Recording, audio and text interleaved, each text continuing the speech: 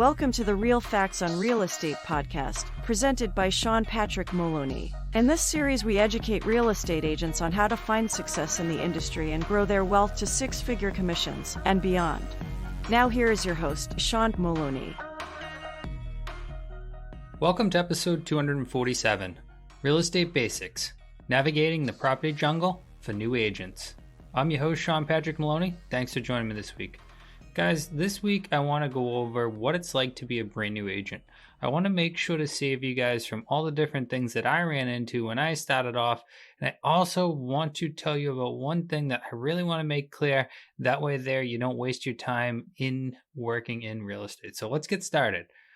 Overall, as a new agent, the world of real estate can seem like a complex jungle. Education and experience are what are going to help you with this. The navigating of the MLS system and understanding how to find property can be a bit tricky at first.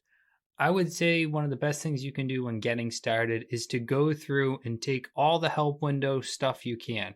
It's shocking to me how many people bang their head against the wall not doing things right versus watching the videos, going to the YouTube channel, the help desk, whatever it is for the similar or like thing for that MLS system or that program or that whatever you're using, and find out what their best practices are.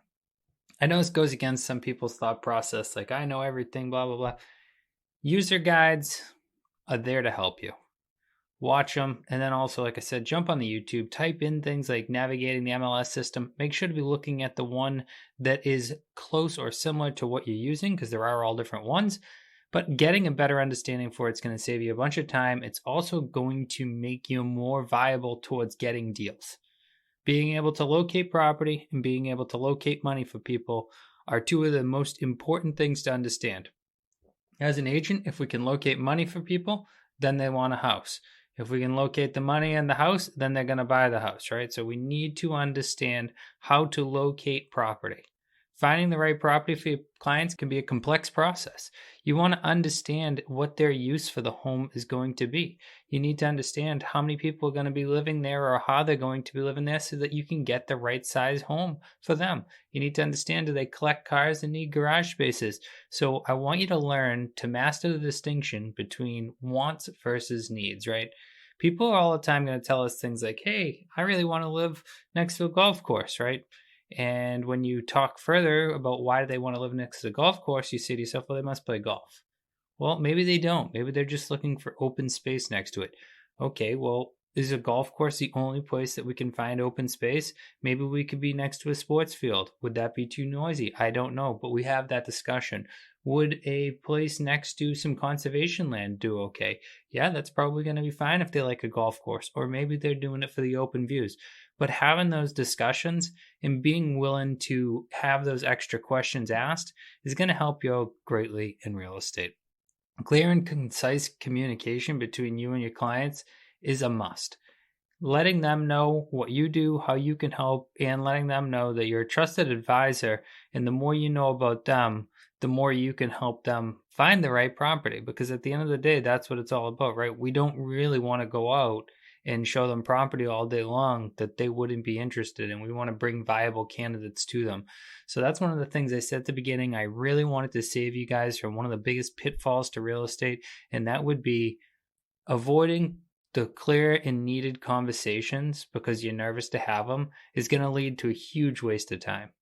Ask the questions early, go over it, learn to take all of the different ways that people are going to kind of turn you down or object to moving forward, and learn to help them.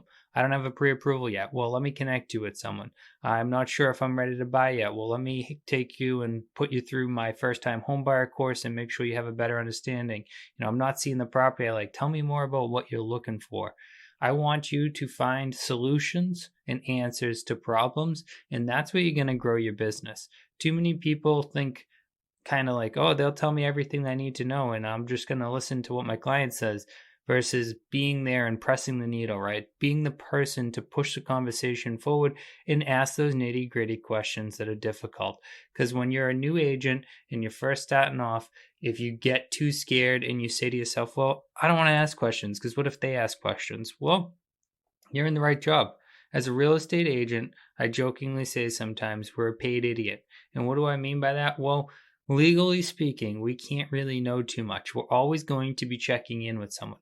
If we're a real estate agent, we might say something like, let me check with my broker. We might say, let me check with the attorney. Let me call the accountant's office. Let me go up to town hall and find out. Let me check with the contractor. Let me ask the home inspector. Let's go talk to the lead paint inspector. Let's talk to the well company. Let's go and see what the builder says.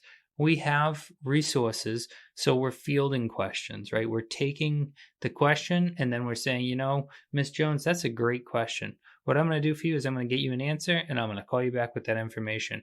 So get used to being that person, and I say it jokingly, but the paid idiot, right? Get used to being the paid idiot and take advantage of it in a positive way. Go and get answers for your clients. And then once you have really good answers stacked up because you've asked these questions before, each and every day you're going to have less questions and you're going to have more answers. Know that you don't have to know anything. That's going to help you relax. It's going to help you calm down a bit when it comes to meeting new people, and realize that 99.9% of your clients are going to have way less experience than you because you're a licensed real estate agent. You're also the type of person, you're sitting here listening to a podcast, so you're obviously educating yourself. Feel a little more confidence to yourself because ultimately speaking, you have the world at your hands now with the computer and everything. And if you truly care and you're truly going to work hard for your clients, they're in good hands. Guys, if you haven't already done so, make sure to pound the subscribe button. I'll keep putting out more great free episodes of this podcast to help you guys understand how to become an agent in a top performing world and really crush it in real estate. If you haven't already done so, make sure to check out our website, realfactsonrealestate.com, and also go over to the YouTube channel and hit us with a subscribe. Really appreciate it. Have a great week.